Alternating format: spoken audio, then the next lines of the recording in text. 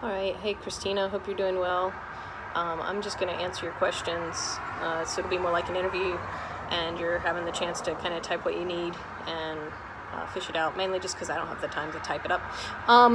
So my learning goals over the past year, like every other teacher that had to go into doing more online stuff because of COVID.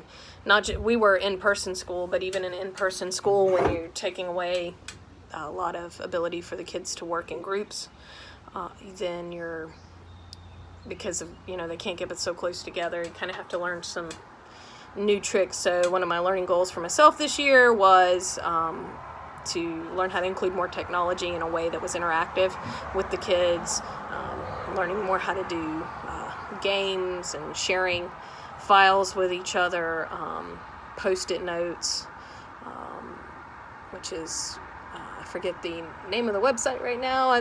Post-its, or hold on, I'm gonna type it up here. I don't know what, Padlet, using Padlet, that was what I was thinking. Things like that where they can comment back and forth to each other, or Flipgrid. So it's been a learning process with me with technology because I took a 10-year break when my kids were little, raising them. Another one of my learning goals this year was following a standards-based timeline for the school system, which we're required to follow.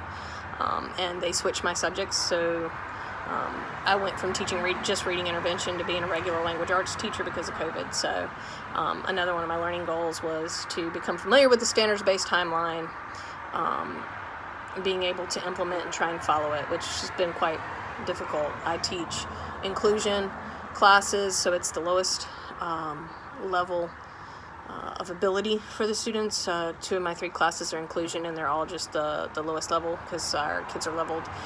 The gifted students are pulled into one class, and then you have your advanced class, and then you have regular class, and then you have an inclusion class where your special ed kids are also included with some of the regular kids. So that's been a learning goal for me, as well as another learning goal is to learn how to work with a special ed teacher inclusion in the classroom, which has been difficult, how to best utilize her so that she's helping the students the best she can.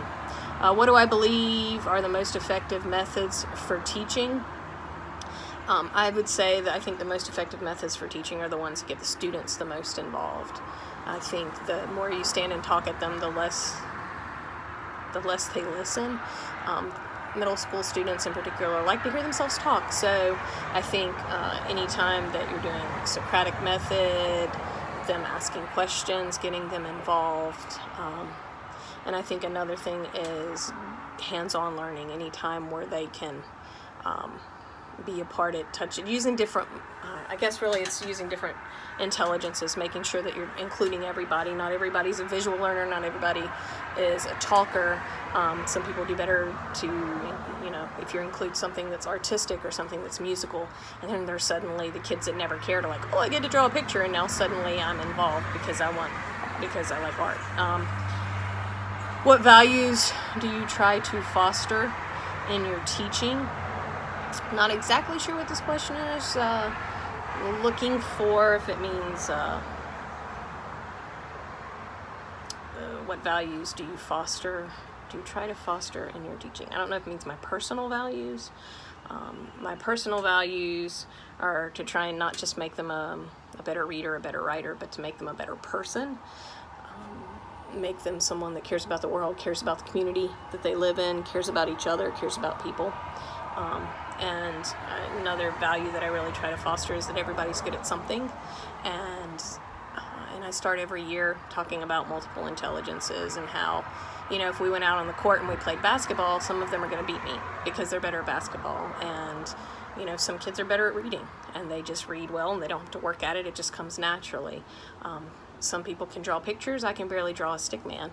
So just try to foster in them that everybody's good at something, and reading and writing may not be what you're good at. You might be good at math. And just trying to get that to them so that they understand it with each other, that don't make fun of anyone else because there's something that you don't do well and you don't want someone to make fun of you. So and just trying to build, I guess, how do you try to foster those values? It's just building a sense of community, building a sense of caring about each other, and also kind of a give and take of respect, and instead of just demanding it, but giving them respect so that they give you respect in return. And just building relationally, finding out what is it that they like, and try to encourage them in that. Go to their games if they play a sport, if I can. But just talking to them, caring about them, noticing the day that they come in and they're just kind of looking down and they're not as smiley as they usually are, or notice when they're having an exceptionally great day, like, hey man, you seem like you're in a great mood today. Something good happened, or hey, did you get enough sleep last night? I noticed that you look really tired. How are you feeling? What's going on? And just trying to, teaching's more about relationship to me than it is content. So, next question says, what do you think is the role of the teacher? I like to think of the role of the teacher as a coach. And I guess I'm coaching them to be their best, and that looks different for different players. Like on my soccer team, there's some kids that, need help dribbling the ball. They're not good at dribbling. They may have a kick and be able to kick, whack the crap out of a ball, but they can't dribble it. So they need focus on dribbling skills.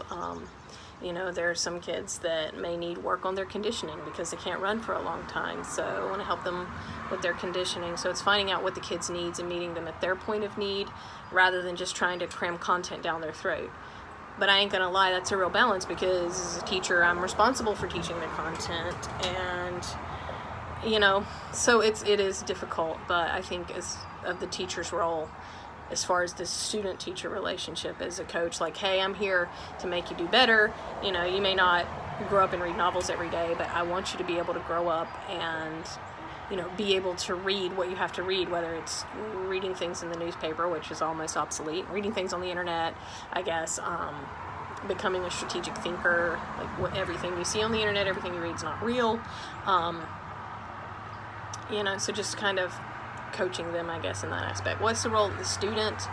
I want the student's role to be for them to be inquisitive learners, for them to question things, for them to ask questions. And especially coming back from COVID this year, it's like they didn't want to say anything. They were quiet, they were reserved, and it was like pulling teeth for probably the first 3-4 weeks, maybe even longer, to get them interacting, to get them asking questions, to help them be inquisitive. So to be an inquisitive and hopefully enthusiastic learner. So I'd say the role of the student to be an inquisitive, enthusiastic learner in the process. And, I'd like to say that I do that for every student, but, realistically, there are some students that are not, no matter how hard you try. You might make them a little more enthusiastic than they were. Maybe they stay awake. Middle school students are funny, especially in your first period class when they don't sleep because their parents let them have their phone all night. But that's another story. What factors may sometimes keep you from acting in strict accord with your beliefs? Well, I think the pressure that you have to teach content, the pressures of testing, because I think, I guess my belief is that I want to move them forward. Like I said, students are at all different levels, and one kid needs this and another kid needs that. And I only have so many hours in a day, and, this year is not too many students. My biggest class is 21. Most of my classes are 20, 21. But, I can't, I'm only one person, and it's really hard, especially when you can't put them in groups. You can't group them, pull small groups, because they're too close together. You got to keep them 6 feet apart. Now 3 feet, I guess, but, I'm still keeping them 6 feet apart. So right now, a factor that's keeping you from acting in strict accord, one would be COVID restrictions, pressure of testing, pressure to cover content in the standards-based timeline, which was one of my goals. So all of those can be factors that keep me from meeting my goals. My philosophy, I'd pass on to a new teacher. Have a lot of grace for yourself. Don't expect yourself to be perfect. You're going to make mistakes. So You can't help it. I mean, you are not going to go in the classroom in day one and be as effective or as efficient as a teacher that's been teaching 20 years. You know, you've got to learn stuff. You got to find who you are. Don't try to do it exactly like someone else. Everyone has a different style, different way that they reach students. And so I would say, as a new teacher, just have a lot of grace for yourself, and be okay. Know up front you're going to make mistakes, and don't beat yourself up about it. You know, if you have a bad day, well, yeah, that day sucked. What can I do differently? All right, well, tomorrow I'm going to try again.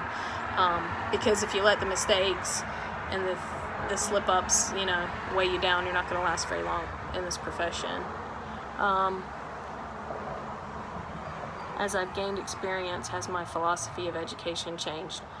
Yeah, gaining life experience even. I think probably the biggest thing that's changed my philosophy of education is having children of my own. Especially I have 2 children, a 13-year-old daughter, 10-year-old son, both that have special needs. They don't have learning disabilities or academic abilities. In fact, they're both academically gifted. But my daughter struggles with anxiety, and right now with medical conditions that she's struggling with. And my son has combined type ADHD and is as smart as he can be, but boy, is it hard for him to focus, and it's hard for him to stay organized. And I think as a teacher, I just wanted to push, before having my own kids with their own needs and just understanding children in general. I think I tended to expect more than some kids were able to give, and realizing that it's not just I'm trying to be unorganized or I'm trying to not listen. It's just I really can't. Or it's not that they can't, but it's just really difficult. It's a lot harder for me, and it may take me 5 minutes longer to get my stuff out of my backpack, not because I'm trying to be bad. I think a lot of students, like my son, wasn't trying to be bad. He wasn't trying not to listen when the teacher said change. It's just he's focused on this and he's getting this done, and he's not even listening to, hey, it's time to transition. And by the time he understands it's time to transition, the teacher's given the directions and she doesn't want to repeat them again, but he doesn't know what to do. So he's stuck. He can't ask for the directions again because he wasn't listening, but he doesn't know what to do. So I think my philosophy as far as what children need and what's realistic to expect of children has certainly changed with experience. And I'm a lot more understanding, and I'm a lot more patient with students, especially students that do struggle and have special needs. And also a little bit more realistic in knowing, when to push someone and when to back off. Recognizing students with trauma and seeing it. I think when I was first starting out in teaching, when I just got out of college at 21, 22, however old I was, 22 maybe, I didn't see as easily. I look back at some of my students now and I'm like, oh, you know what? Maybe the reason that kid was sleeping every day is because there was something traumatic going on at home, and I never even considered that as an option. And now I've gotten better at when I notice something with a student that just kind of seems off and I don't know why, I'm much more apt to pick up the phone, which is more convenient now because I have a phone in my class, and I didn't then, but I can just pick up the phone and call the parent and say, hey, I noticed that, so-and-so, is really sleepy in class, or so-and-so is really having a struggle, like paying attention. Is there something that I need to know? And then you get all kinds of stories that you're just like, wow, if I was that kid, I would probably be sleeping at school too. Or, they might have a parent that's sick, or they might have been abused in the past, and there are just lots of things you don't know. So I think my experience has certainly taught me a lot about, having empathy for students, and trying to help them a lot. It's changed a lot about getting the parents involved. So anyway, those are the answers to your question. I'm sorry I didn't have time to type them all out, because answering questions like this, I'd spend like 2 days trying to type it up, and just telling you, you can get what you need from that. If you have any questions, you can email me again. Send me a message on Messenger too, because sometimes I check that. That'll pop up on my phone, whereas my emails don't always. Anyway, I hope you're doing well. Talk to you later. Bye.